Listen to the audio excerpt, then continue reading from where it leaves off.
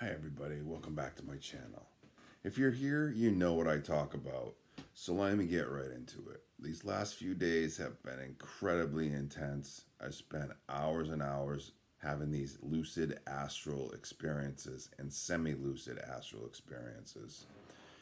Now, let me explain semi lucid and lucid.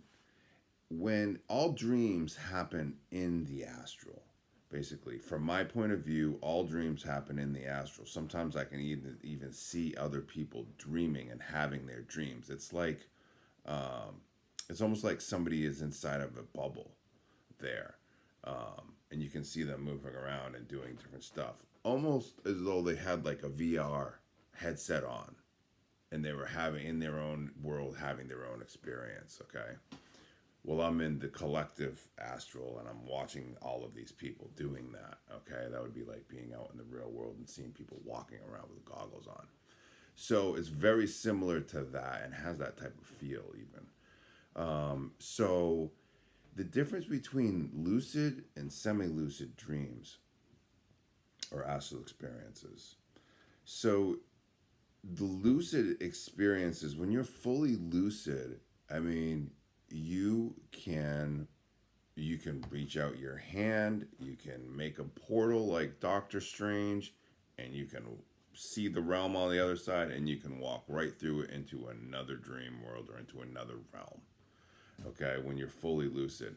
When you're semi lucid, it's like a super vivid dream where you are still moving because you want to move in that direction, but the rest of the dream is being controlled by your higher self, basically. So the dream is having its own momentum. Okay, you're not controlling it as much with your consciousness. Now that brings me to another point.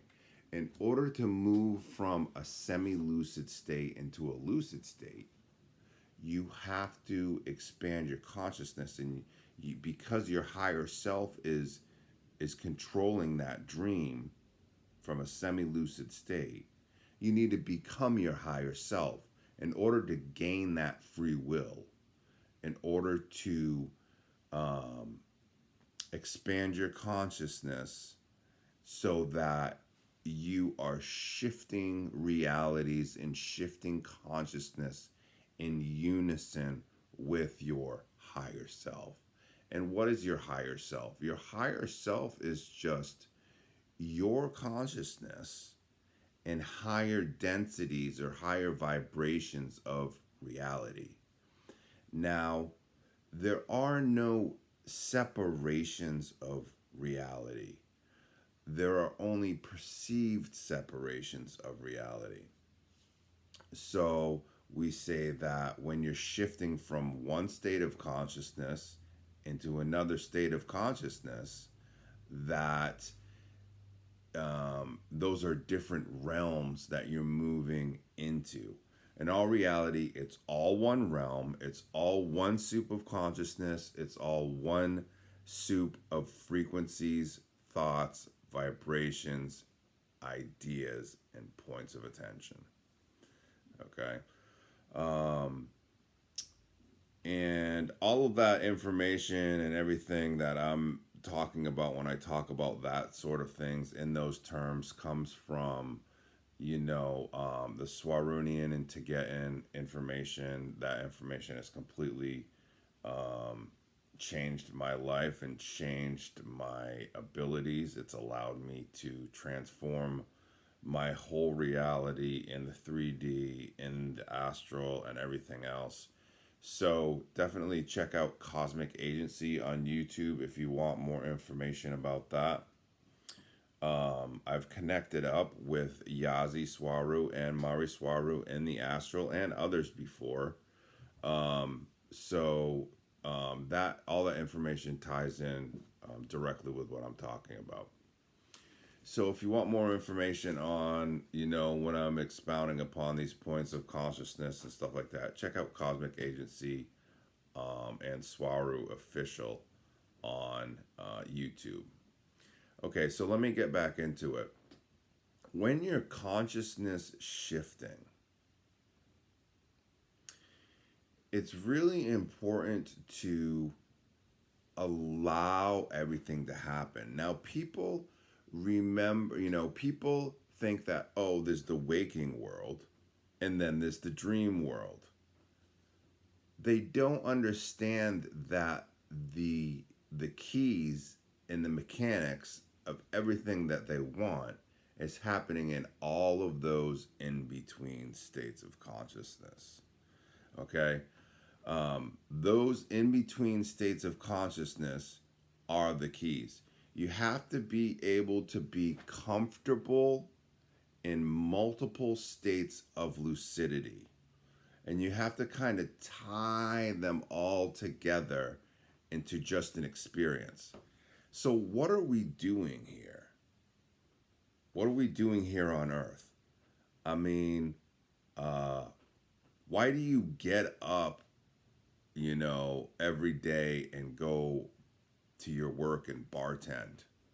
Why do you do that? Do you even know? Are you semi-lucid in the experience? Are you fully lucid in the experience? Do you know why you do what you do? It's not just to go get a paycheck. You're here to have an experience. And that experience is a memory. Because that's what that experience is going to turn into. And that's what your soul is going to be built with. So what are we doing here? What we're doing here is we're having sets of experiences in linear time so that we can stack our memories and build our souls. Okay?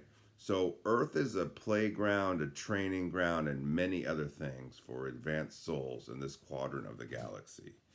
There are thousands and thousands of different extraterrestrial races that incarnate as humans from their home planets, from spaceships, and from source.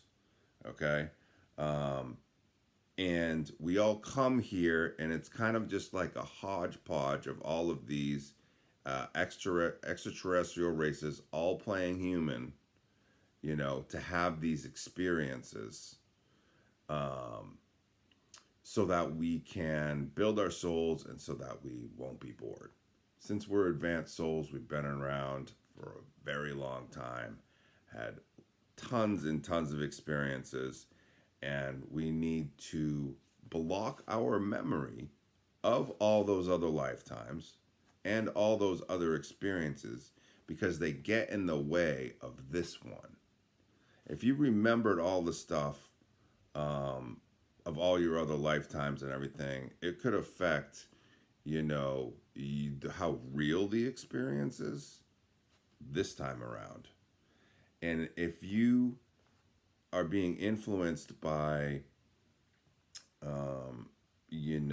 other realities. Now, in my case, my mission and my experience and everything is all based on remembering a lot of my other lifetimes, a lot of my other realities.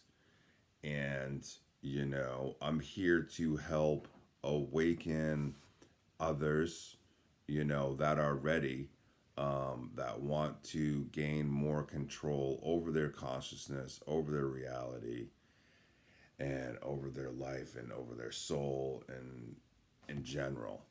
So, building your soul, you're having experiences in linear time to stack these memories and these experiences kind of like one on top of the other because it's linear. So there has to be this started and, a start time, a middle time, and an end time, so to speak. But in all reality, all time is happening all at once. You can remember the past and the future right now. You can, and not even, the past is not even set in stone. You can go back, you can change your past. All you have to do is change your memories. When you expand your consciousness to a specific point, you're able to actually change your past. By changing your memories, you introduce other timelines and other memories to the ones that you already have. Since in the ether, everything and all reality already exists, you're just basically unlocking, you're using your imagination to unlock your reality. Because imagination is not creating something new. Imagination is actually remembering something that's already happening. That's one of the tricks. That's one of the keys. A lot of people don't know that.